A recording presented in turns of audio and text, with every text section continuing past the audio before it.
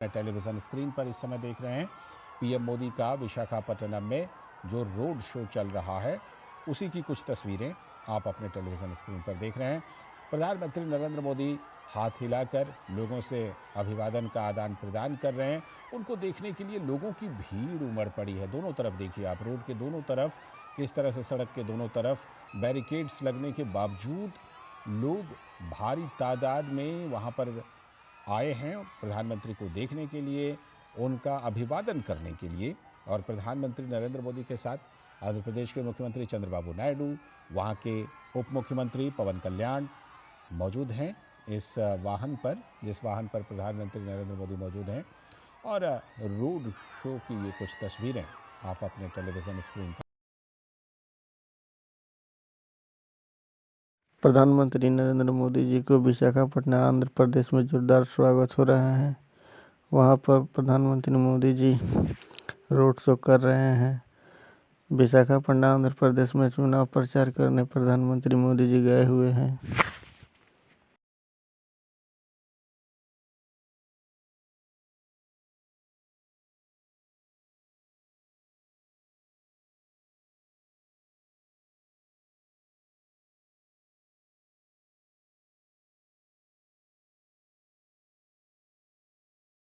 प्रधानमंत्री नरेंद्र मोदी जी का विशाखापट्टनम आंध्र प्रदेश में जोरदार स्वागत हो रहा है। प्रधानमंत्री मोदी जी विशाखापट्टनम में रोड शो कर रहे हैं।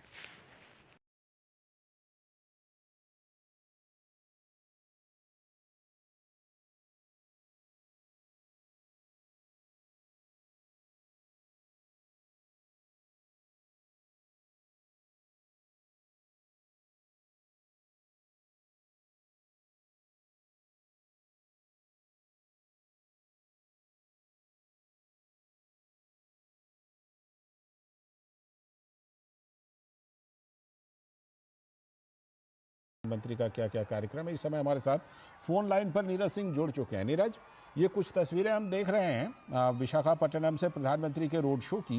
बड़ा जबरदस्त उत्साह दिखाई पड़ रहा है लोगों में, जनसैलाब में। देखिए, बिल्कुल आप देखते हैं कि लोग हैं, प्रधानमंत्री करीब 2 बजे से ही वहां पर मौजूद थे और करीब लाख से 1.5 लाख के करीब ये क्या है। और आप देखें कि आज आंध्र प्रदेश से ज्यादा की सौगातें हैं वो और निश्चित तौर पर इस समय में न केवल आंध्र प्रदेश बल्कि आप देखे हैं कि पूरे दक्षिण भारत में उसका लाभ मिलेगा। और यही कारण है कि इतनी बड़ी संख्या में लोग हैं प्रधानमंत्री नरेंद्र मोदी को देखने के लिए। प्रधानमंत्री नरेंद्र मोदी के द्वारा जो सौगातें यहाँ के लोगों को सौंपी जा रही हैं उसके लिए धन्यवाद करने के लिए यहाँ आए हैं। आप इन दृश्यों को देख सकते हैं कि कितना विहंगम दृश्य है और लाखों की संख्या में जो लोग हैं प्रधानमंत्री को देखने के लिए यहाँ मौजूद हैं। और ये बताता है कि प्रधानमंत्री की लोकप्रियता किस तरीके से उत्तर भारत से लेकर दक्षिण भारत में। और आप देखें कि आंध्र प्रदेश को इससे पहले भी 15,000 करोड़ की सौगातें दी थी और अब 2 लाख करोड़ की सौगातें। ये बताता है कि आंध्र प्रदेश को लेकर प्रधानमंत्री के मन में क्या है। और दूसरी सबसे बड़ी बात है कि जब प्रधानमंत्री 2047 तक विकसित भारत के लक्ष्य की बात करते हैं तो उस विकसित भारत के लक्ष्य को तभी प्राप्त किया जा सकता है जब देश के तमाम राज्य कदम से कदम मिलाते हुए आगे बढ़े। और जब राज्य आगे आएंगे तो निश्चित तौर पर देश भी आगे बढ़ेगा। और आप देखें कि 2 लाख करोड़ की ये परियोजना है जिसमें एक बड़ी, कह सकते हैं कि एक बड़ी शुरुआत है हाइड्रोजन हब बनाने के लिए, जो खासतौर से ग्रीन एनर्जी के लिए उसका प्रयोग किया जाएगा। और हाइड्रोजन जो ईंधन है, ईंधन के तौर पर आप देखें कि तमाम इंजनों में उसका प्रयोग किया जाता है। क्योंकि हम अपनी गाड़ियों में, व्हीकल में जिस तरह के जीवाश्म पदार्थ का प्रयोग करते, चाहे पेट्रोल या हम डीजल की बात करें, तो उससे कार्बन डाइऑक्साइड जो गैस है वो भी वातावरण में फैलती है, जिसका जो नुकसान है वो भी उठाना पड़ता है। लेकिन आप देखें कि ये परियोजना जब अपने मूर्त रूप में सामने आएगी तो एक बहुत बड़ा लाभ देश के लोगों को भी मिलेगा, आंध्र प्रदेश के लोगों को भी मिलेगा। यही कारण है कि आप देखें कि ये जन सैलाब आपको दिखाई दे रहा है। लाखों की संख्या में लोग प्रधानमंत्री को देखने के लिए यहाँ पर मौजूद है। लालचंद, बिल्कुल, जो लाखों की तादाद में, अभी जैसा हम जानते हैं नीरज कि हाल ही में जब लोकसभा चुनाव के साथ वहाँ पर विधानसभा चुनाव हुए थे तो एनडीए को बहुत बड़ा बहुमत मिला था और वहाँ पर एनडीए की सरकार बनी।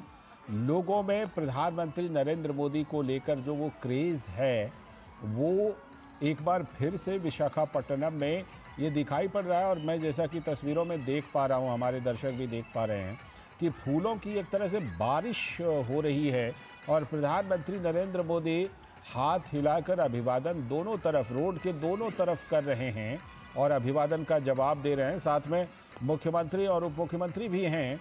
तो ये प्रधानमंत्री का जो रोड शो है ये करीब कितनी देर का कार्यक्रम है नीरज?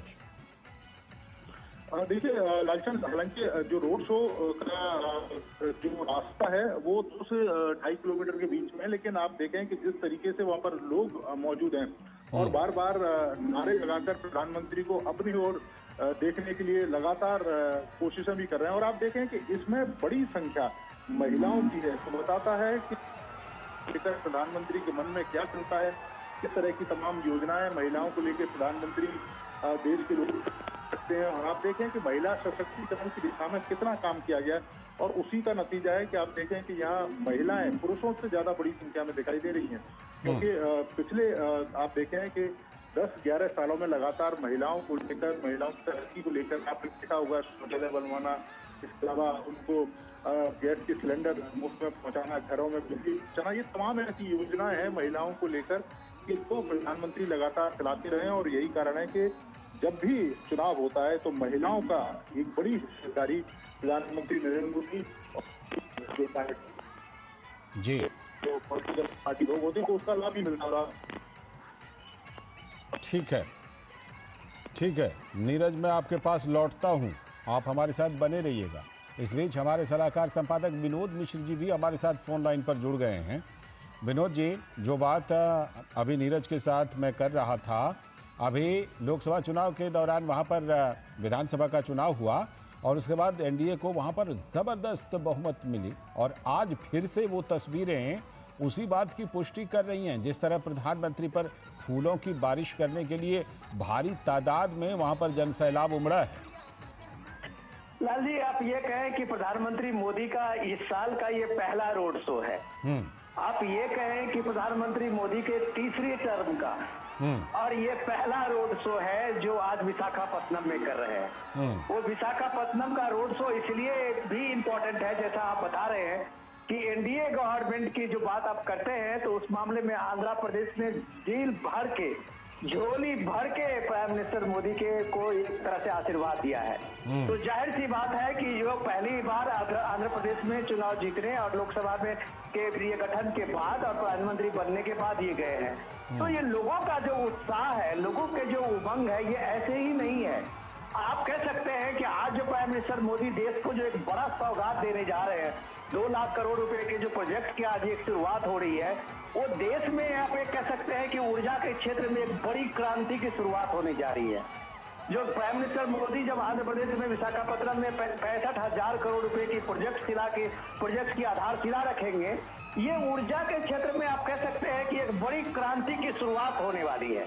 और इसकी शुरुआत की नींव जब प्राइम मिनिस्टर रखेंगे तो आप कह सकते हैं कि देश की एक नई उम्मीदें, जो डिपेंडेंसी थी कन्वेंशनल एनर्जी में, आप ये कह सकते हैं पेट्रोल डीजल को लेके जो डिप्लोमेसी जियो पॉलिटिक्स थी, उसके बगल में अगर भारत ने अपनी आत्मनिर्भरता बनाई है, अगर इसके क्षेत्र में ऊर्जा के क्षेत्र में ग्रीन हाइड्रोजन को लेके, तो आप कह सकते हैं कि एक बड़ा क्रांतिकारी परिवर्तन होने वाला है। आप कह सकते हैं कि आज की जो ये शुरुआत है वो देश को एक नई दिशा और दशा दे सकती है। तो प्राइम मिनिस्टर की मोदी के जो रोड शो में ये बात लोगों को पता है कि ये ग्रीन हाइड्रोजन के पूरे प्रोजेक्ट को लेके विशाखापट्टनम में और 2 लाख करोड़ के ज्यादा के जो प्रोजेक्ट होने वाले हैं, वो इंफ्रास्ट्रक्चर के रूप में देश को किस तरह से एक नई क्रांति लाने वाली है, इसकी शुरुआत अगर जनवरी के फर्स्ट वीक में होने वाली है, तो ये एक तरह से 2025 का एक नया आगाज है। लालचंद जी, बिल्कुल, ये नया आगाज है और आंध्र प्रदेश में इस आगाज में ज़बरदस्त उत्साह भी दिखाई पड़ रहा है। लेकिन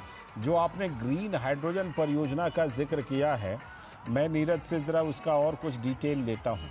नीरज, जो 2 लाख करोड़ रुपए की परियोजनाएं हैं उसमें करीब 1,85,000 करोड़ रुपए का ये निवेश है जो कि ग्रीन हाइड्रोजन प्रोजेक्ट में, परियोजना में ये निवेश होना है। नीरज से हम बाद में जुड़ेंगे, फिलहाल विनोद जी हमारे साथ जुड़े हुए हैं, उनसे ज़रा इस परियोजना के बारे में भी बात करते हैं। जिस तरह से कि ग्रीन एनर्जी पर जोर है विनोद जी मोदी सरकार का, उसमें तो ये 1,85,000 करोड़ रुपए की ये परियोजना है ग्रीन हाइड्रोजन की।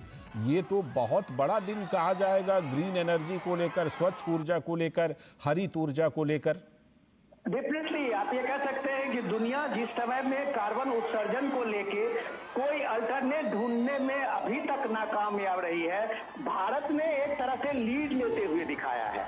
भारत ने इसलिए ये लीड लेते हुए दिखाया है कि ये ग्रीन हाइड्रोजन जो एक तरह से हम लोग समझें तो ये कार्बन उत्सर्जन के जो ये संकट है उसमें एक संकट को कम करने में एक बड़ा योगदान देने वाला है। आज जब आप दिल्ली में पॉल्यूशन को लेके जब आप देखते हैं कि इस तरह की चिंता होती है और ये इसका अल्टरनेट में अगर 5 साल 10 साल के बाद ये ग्रीन हाइड्रोजन एक इतना बड़ा विकल्प बनेगा तो आप कह सकते हैं कि इस शहर में जो AQI को लेके हम चिंता होते हैं 400, 500, 1000, वो लगभग ये सारी चिंताएं खत्म हो जाएगी। तो ये जो एक उम्मीद की किरण जगी है और ये उम्मीद की किरण अगर आपको अगर विशाखापट्टनम से ये दिख रही है तो आप कह सकते हैं कि आने वाले समय में भारत पूरे दुनिया को लीड करते हुए दिखेगा इस मामले में। और भारत एक नया संदेश भी देने की कोशिश कर रहा है उन विकसित देशों को जो एक तरह से भारत को हिदायत देते रहे थे कार्बन उत्सर्जन में, तो भारत ने इसकी पहल में आज लीड ली है। ये भी एक बड़ा संकल्प है लाल जी। और प्राइम मिनिस्टर मोदी के इस रोड शो में एनडीए के उस घटक दलों का आप कॉन्फिडेंस देखिए और चंद्रबाबू नायडू के साथ पवन कल्याण को देखिए कि ये ट्यूनिंग है कि एक डेवलपमेंट का जो रास्ता एनडीए ने चुना है वो डेवलपमेंट के रास्ते पे ये इसी तरह का ये प्रचंड